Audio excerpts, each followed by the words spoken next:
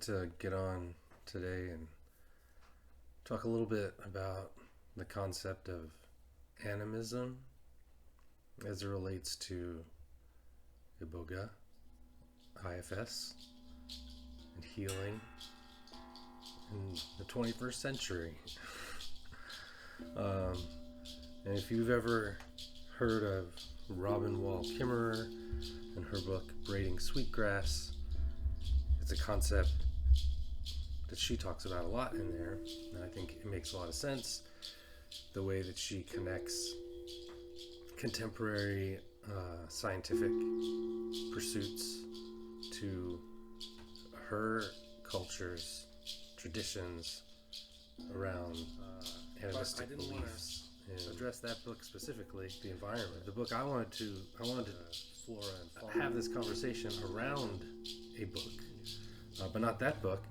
I wanted to talk about an older book, this one right here, this book, Totem and Taboo, by your friend and mine, Sigmund Freud. And because this book is all about animism and his rejection of it and his racist take on what science is and what animism is. And just as a brief thing to start with, this book called Totem and Taboo, as it says in the translator's note here in the very beginning, translated by James Strachey in 1950, many years after the death of Sigmund Freud, but translated apparently with the help of Anna Freud, his daughter. This book was originally titled, it came from a article that he had written.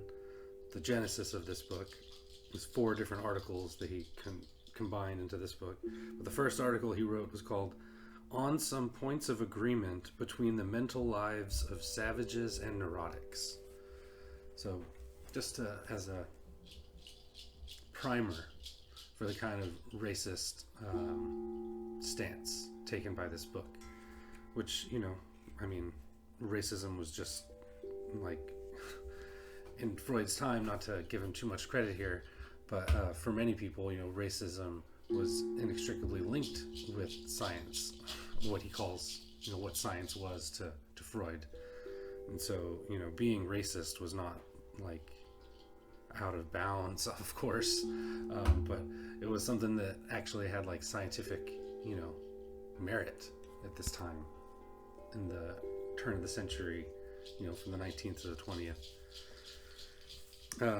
So I wanted to read a little bit of it. There's just so much of this that reminds me of my experience of taking Iboga. And, he describes animism as a philosophy of nature. Yeah, no shit. He describes souls as being something that these primitive people believe to be independent of their bodies, and having a certain like will of their own, essentially, like parts in the IFS context of different psychic parts. So he claims that there's 3 phases that humanity has gone through, will go through, goes through, or whatever, toward maturation, and on his chronology of like the past to now.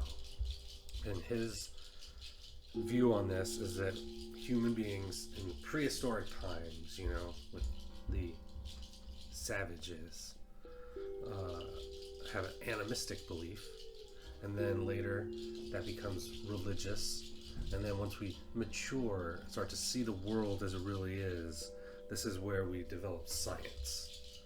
So it goes animism, religion, science, according to Freud. So let me just read this paragraph here. If we are prepared to accept the account given above of the evolution of human views of the universe, an animistic phase, followed by a religious phase, and this in turn by a scientific one, it will not be difficult to follow the vicissitudes of the omnipotence of thoughts through these different phases This is his term, omnipotence of thoughts. At the animistic stage, men ascribe omnipotence to themselves. At the religious stage, they transfer it to the gods, but do not seriously abandon it themselves, for they reserve the power of influencing the gods in a variety of ways according to their wishes. The scientific view of the universe no longer affords any room for human omnipotence. Men have acknowledged their smallness and submitted resignedly to death and to the other necessities of nature. Nonetheless, some of the primitive belief in omnipotence still survives in men's faith in the power of the human mind, taking account, as it does, of the laws of reality.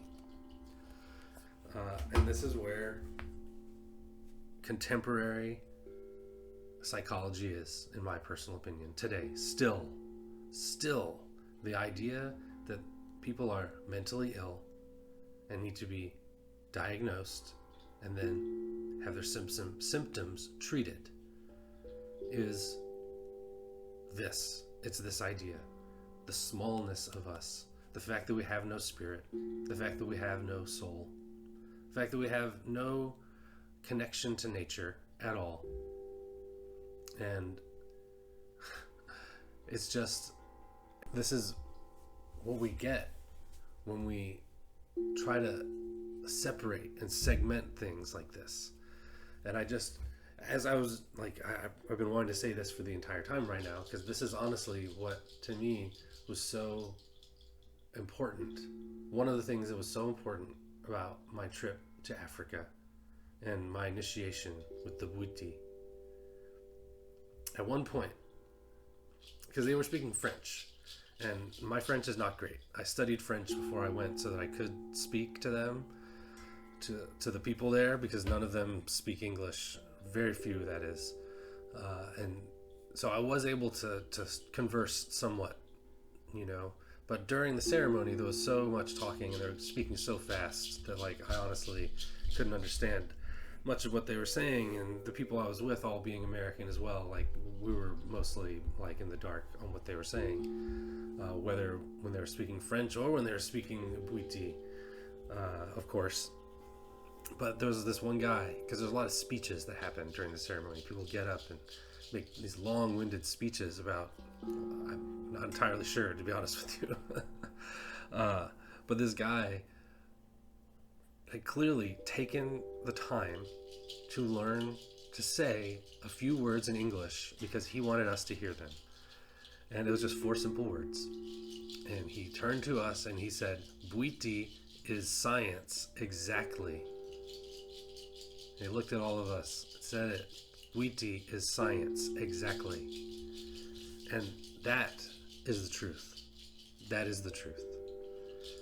And what he meant by that, in my understanding anyway, is that what the Bwiti try to do is all-encompassing. By creating this anarchic community, they are trying to solve social problems. They're trying to, by bringing people together. They build structures together, literal structures.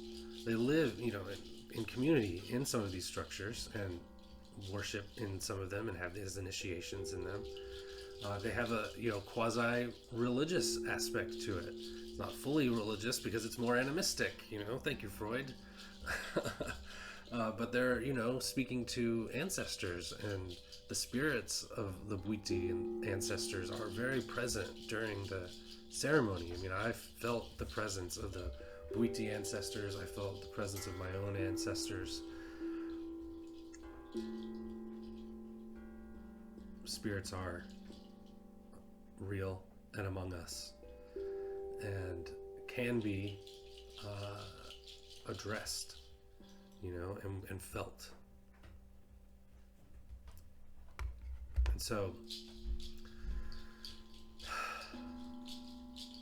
I think about this attempt to divide animism, religion, science. Like, my impulse is to say, like, no, Freud, like, you're wrong, like, and, you know, you're the narcissist, actually. But I don't think that that's necessarily the case. You know, I think that that's the sort of demiurgical, like, move, or like, that's the demiurgical impulse, you know, that we have to, like, divide things. And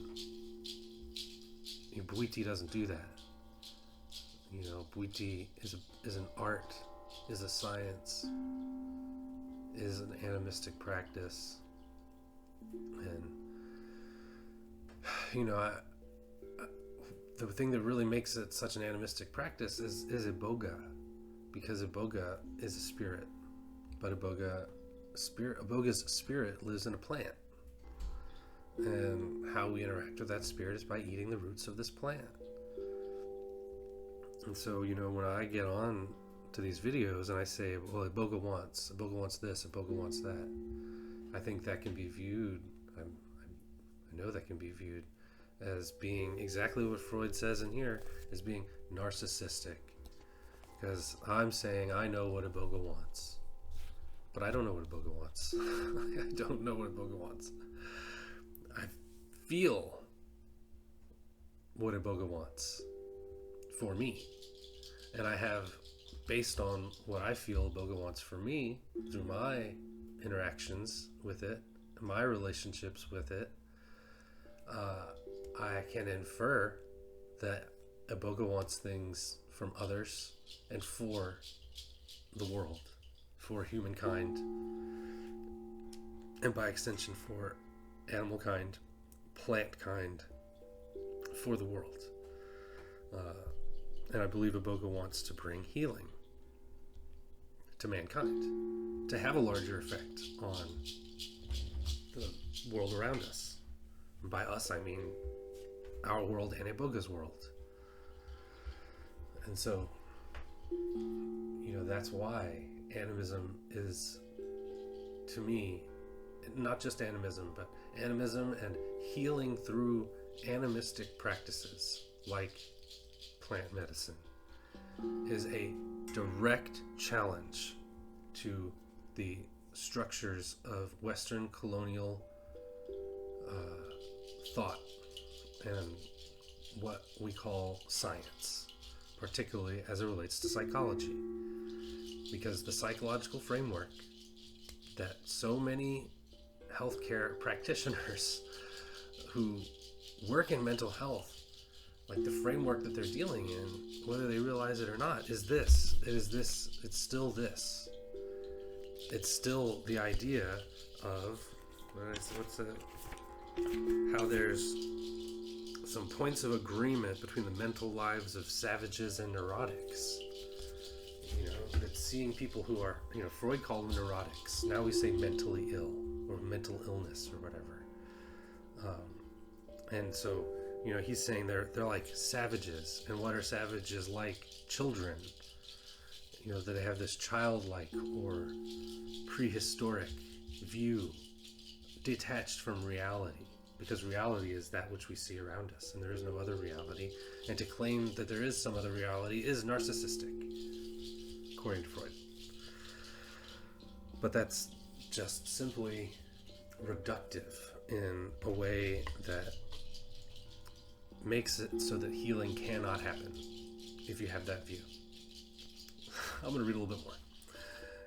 If we may regard the existence among primitive races of the omnipotence of thoughts as evidence in favor of narcissism, we are encouraged to attempt a comparison between the phases in the development of men's view of the universe and the stages of an individual's libidinal development. All right, so this is the comparison between our beliefs, you know, in the universe, going from animistic to religious to scientific in his view. He's now going to compare that to our libidinal development from childhood up through maturity. The animistic phase would correspond to narcissism both chronologically in its content. Oh, and in its content. The religious phase, let me read that again. The animistic phase would correspond to narcissism, both chronologically and in its content. The religious phase would correspond to the stage of object choice, of which the characteristic is a child's attachment to his parents, while the scientific phase would have an exact counterpart in the stage at which an individual has reached maturity, has renounced the pleasure principle, adjusted himself to reality, and turned to the external world for the object of his desires. But here he undercuts his argument with the most perfect thing, because just as I was saying a moment ago, Buiti is science exactly because it also contains art. It's a science that also has art. It's a mystical science and an art form based around the veneration of ancestors through the use of a plant, with direct connection to the earth through this plant, with a direct connection to spirituality through this plant, to the astral plane through this plant, to other human beings through this plant. This is the medium that Boga is, through which knowledge, gnosis, can be achieved for those who are called. To continue. Here's how he undercuts his argument. In only a single field of our civilization has the omnipotence of thoughts been retained, and that is in the field of art. Only in art does it still happen that a man who is consumed by desires performs something resembling the accomplishment of those desires, and that what he does in play produces emotional effects, thanks to artistic illusion, just as though it were something real. People speak with justice of the magic of art and compare artists to magicians, but the comparison is perhaps more significant than it claims to be. There can be no doubt that art did not begin as art for art's sake. It worked originally in the service of impulses which are, for the most part, extinct today. Okay. And among them, we may suspect the presence of many magical purposes. And he then has a footnote here, in which he says, this is some French guy he's quoting from a book from 1905, Reinach. In Reinach's opinion, the primitive artists who left behind the carvings and paintings of animals in the French caves at Lascaux, did not desire to please, but to evoke or conjure up. He thus explains why it is that these pictures are situated in the darkest and most inaccessible parts of the caves, and that dangerous beasts of prey do not appear among them. Then he gives this long quote in French, and I'll read the translation here. In modern times, people often speak metaphorically of the magic of a great artist's brush or chisel, or more generally of the magic of art. This expression is no longer permissible in its proper sense of a mystical force brought to bear by the human will upon other wills or upon objects, but as we have seen, there was a time when it was literally true, at least in the artist's opinion.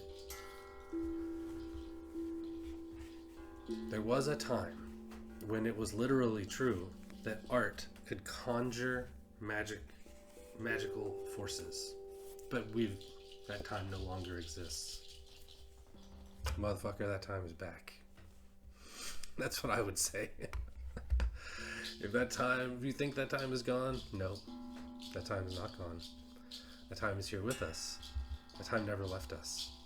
Art can conjure magic, especially the mystical art of Buiti, the mystical science of Buiti.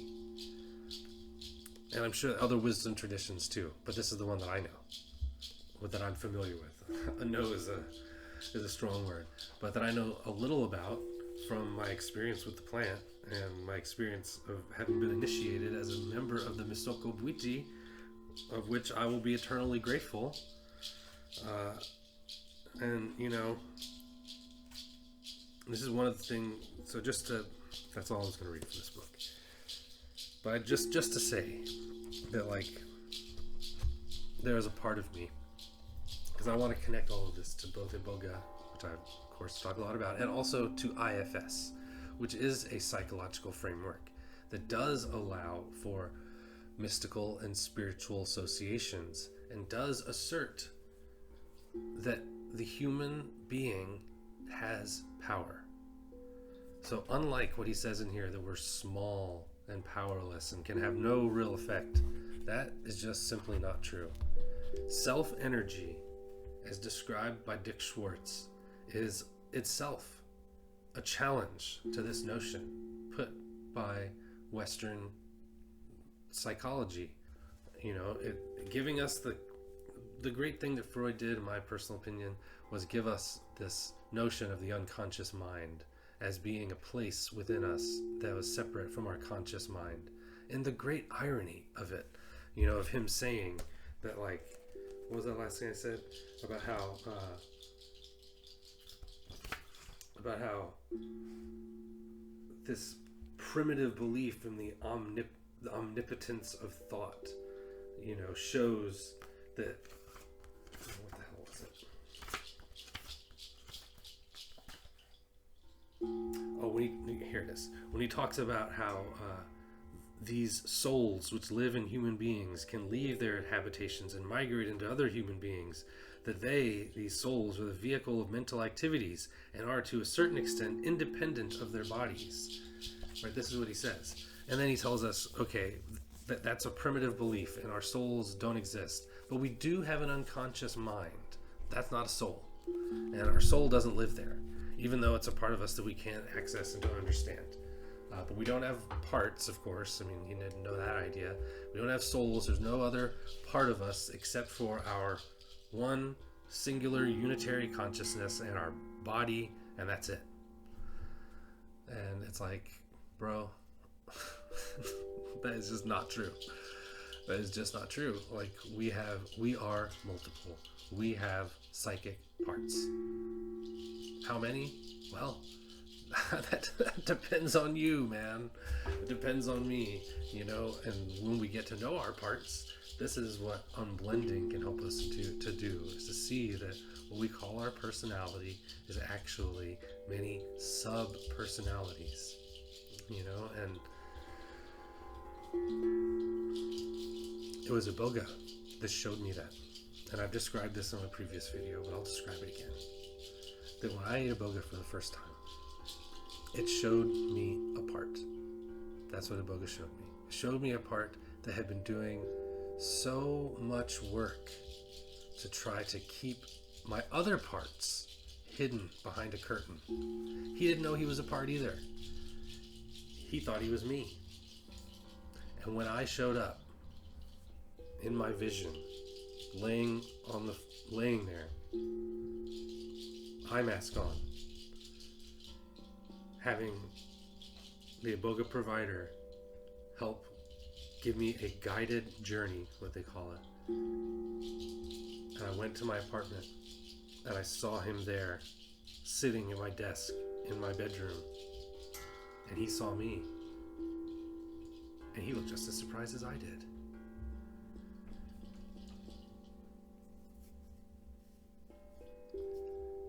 That was me meeting a part. It's a part that I've come to know as a manager part. And he was managing so much. He was under constant pressure. A job that he never got a break from. Keeping all my other parts at bay. Keeping that curtain shut. But of course he couldn't do that all the time. And they would get out. And they would... And this is one of the things I was so dysregulated by, you know, is that when these parts would get out, how would I feel? Ashamed. And this was that part of me. This was that manager part that I was so blended with. He felt ashamed because he wasn't doing his job. And his job that he had created for himself was to keep me looking like I was okay.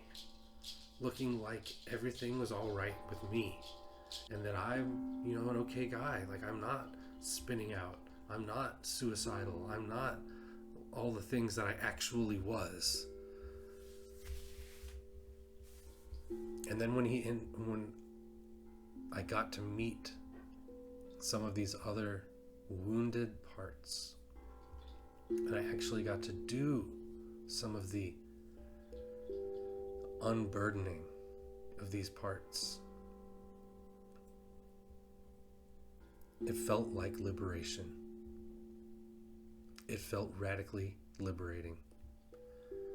And that is the power of believing in yourself, of rejecting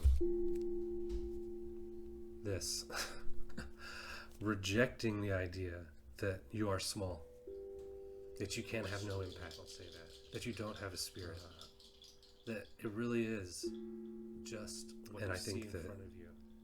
Embracing the notions of animism is the way. It's the way to healing for an individual, it's the way to healing for a community, and it's the way of healing for humanity in general. And I personally feel that that is what Iboga wants. Do I know that for a fact? No, of course, because I don't know what Iboga wants. I don't know what anybody wants. We don't know what each other want. But we can make inferences, and I can infer based on all that I've seen through my experience with Iboga that that is what Iboga wants. Am I correct about that? I don't know. But it is a belief based in respect. Respect for the Bwiti, respect for the plant, respect for myself, respect for nature, and respect that all of these different components are powerful, meaningful, and have a spiritual essence that is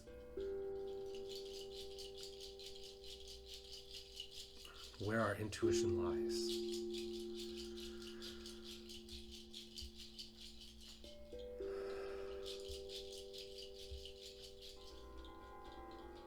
They say Iboga shows you the truth.